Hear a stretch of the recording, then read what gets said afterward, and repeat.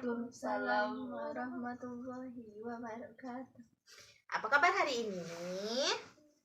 Sehat, Bu. Alhamdulillah sehat ya. Nah, sebelum kita memulai pembelajaran kita hari ini, sebaiknya kita berdoa dulu ya. Kita berdoanya menggunakan kita buka dengan yel-yel yang sudah kita pelajari. Ada yang bisa memimpin yel-yelnya? Tidak, Bu. Tidak bisa. Nah, sekarang untuk kali ini Ibu Yagi yang memimpin yel-yelnya ya. Nanti di akhir pembelajaran anak-anak Ibu harus bisa memimpin yel-yel untuk berdoa ya. Ya, Bu. Nah, sekarang ikuti ya. Dua tangan saya, ayo duduk rapi. Angkat keduanya, mari kita berdoa. Bismillahirrahmanirrahim. Nah, semoga dengan pembacaan doa tadi anak-anak Ibu bisa mengikuti pembelajaran hari ini dengan baik, dan semoga nantinya setelah pembelajaran ini anak-anak Ibu mendapatkan ilmunya yang bisa kita terapkan dalam kehidupan kita sehari-hari. Nah, sebelumnya Ibu mau ambil absen dulu ya. Iya, Bu. Hari ini ada yang tidak hadir? Ada, Bu. Siapa? Azam dan Kirana, Bu. Oh, Azam dengan Kirana. Kemana mereka, nak? Tadi pagi hujan, Bu. Oh, hujan. Nah, semoga besok harinya cerah dan mereka semua bisa hadir ke sekolah mengikuti pembelajaran ya. Amin. Nah, sebelumnya untuk meningkatkan semangat nasionalisme kita, sebaiknya kita menyanyikan lagu wajib, lagu Garuda Pancasila. Nah, semuanya hafal kan lagu Garuda Pancasila? Hafal, Bu. Nah, sekarang kita menyanyikan lagu Garuda Pancasila dulu ya. Garuda Pancasila, akulah pendukungmu, patriot proklamasi, sedia berkorban untukmu. Pancasila dasar negara, rakyat adil makmur sentosa, pribadi bangsaku, ayo maju, maju, ayo maju, maju, ayo maju, maju. Berilah aplaus dulu untuk kita semua ya. Nah, untuk hari ini terlebih dahulu Ibu akan menyampaikan apa saja tujuan pembelajaran kita untuk kali ini. Nah, salah satu beberapa tujuan pembelajaran kita hari ini, yang pertama, nanti anak-anak Ibu, siswa Ibu bisa menentukan ide pokok dari teks laporan. Dan selanjutnya anak-anak Ibu bisa menyusun kembali kesimpulan dari teks yang telah dibacakan atau yang nanti akan kita baca, dan kita menentukan kesimpulan itu berdasarkan ide pokok yang telah kita temukan. Dan selanjutnya kita bisa menemukan beberapa contoh dari pelaksanaan Pancasila sila keempat, dan selanjutnya kita bisa menerapkan kegiatan yang sesuai dengan Pancasila sila keempat tersebut ya. Nah, sekarang untuk kegiatan kita yang pertama ini kita akan sebenarnya kita akan membacakan sebuah teks, tetapi Ibu punya bacaan teksnya dan anak-anak Ibu bisa mendengarkannya dengan baik ya. Ya, Bu. Nah, sekarang semua perhatiannya ke depan ya. Anak-anak Ibu bisa mendengarkan teks berikut ini. Silahkan disimak ya. Ikan bandeng merupakan ikan pangan yang terkenal di Asia Tenggara. Ikan ini banyak dikenal orang sebagai ikan air tawar.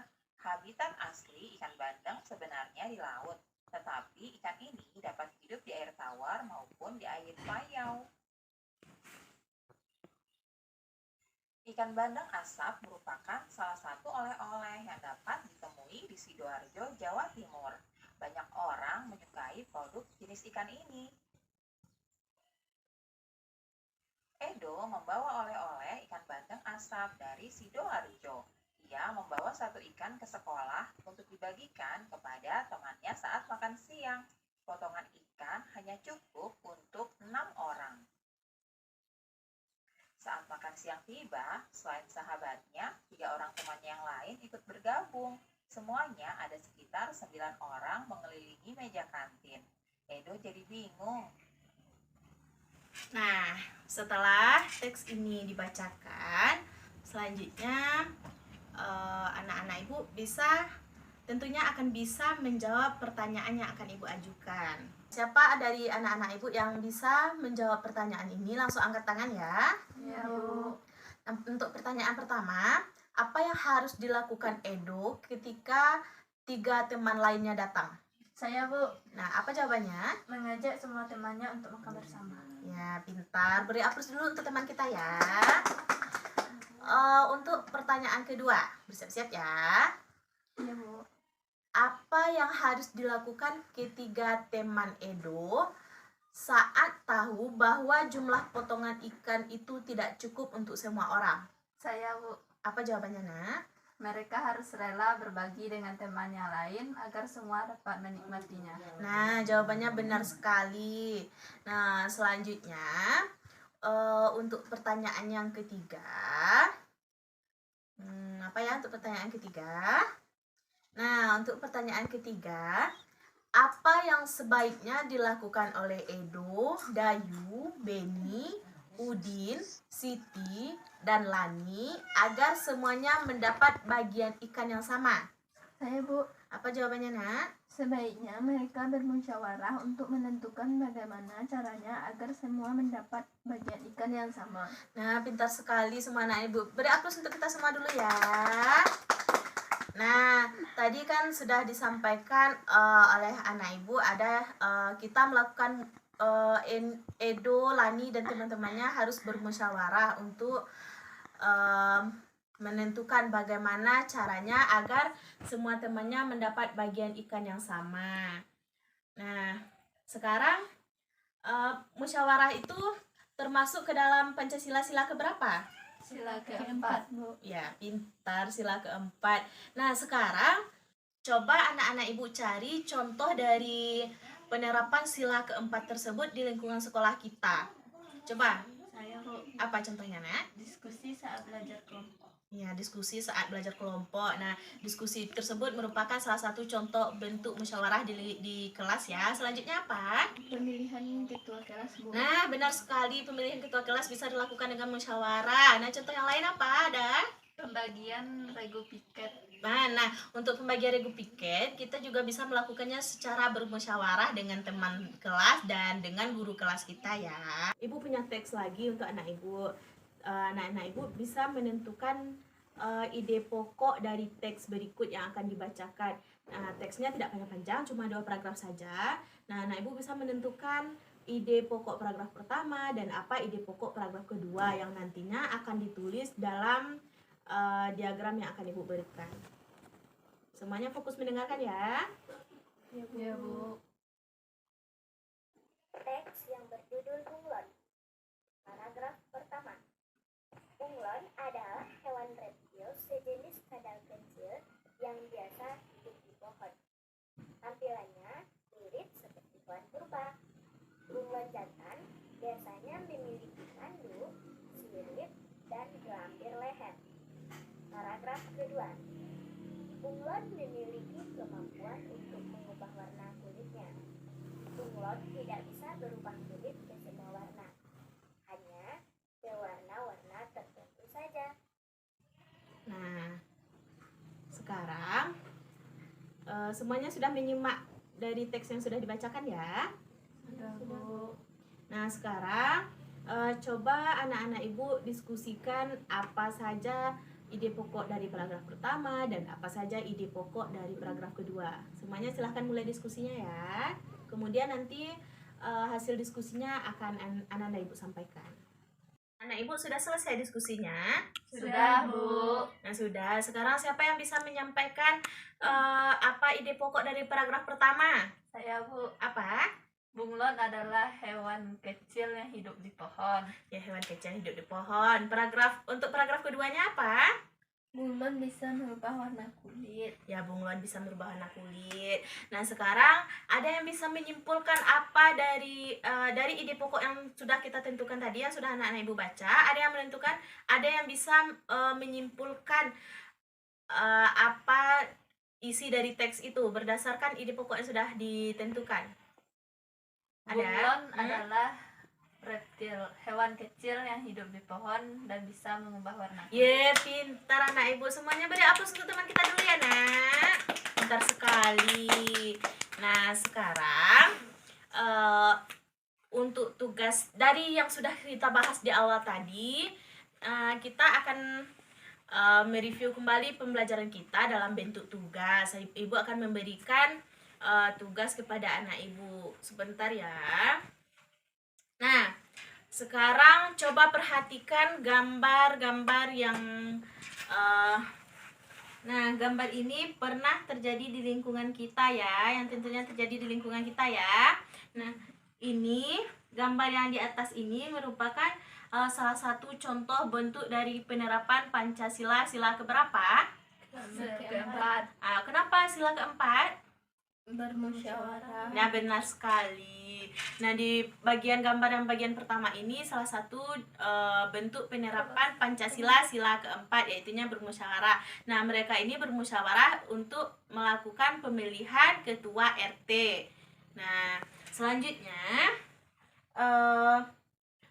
pada gambar kedua ini itu merupakan salah satu contoh penerapan sila keberapa, nak?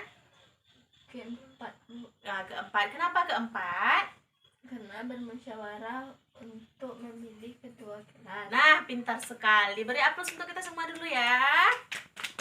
Nah, pada gambar kedua ini juga merupakan contoh dari penerapan sila keempat. Itu bermusyawarah. Mereka bermusyawarah bersama dengan gurunya untuk menentukan siapa yang berhak menjadi ketua kelas. Nah, selanjutnya anak-anak ibu bisa semuanya kita akan menyimpulkan pembelajaran kita pada hari ini. Semuanya bisa menulis ya. Catat apa saja yang telah kita pelajari, hal-hal penting apa saja yang telah kita pelajari di awal tadi, dari awal sampai akhir pembelajaran tadi.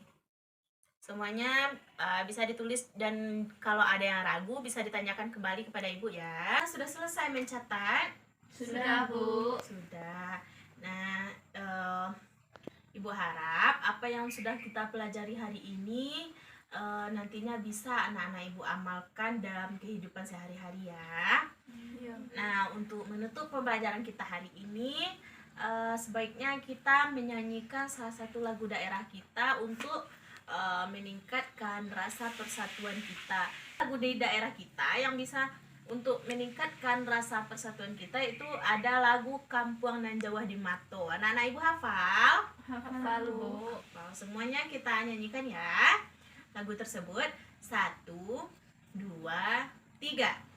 Kampuang Nan Jawa di Mato, Guno Sansai baku liling, tekanan jo kawanan lamo, sangke basuliang suliang, pandu dua nyonan elo, nasuko bagotong royong, sakit sanang samo samo diraso, bentakanan jo kampung. Nah,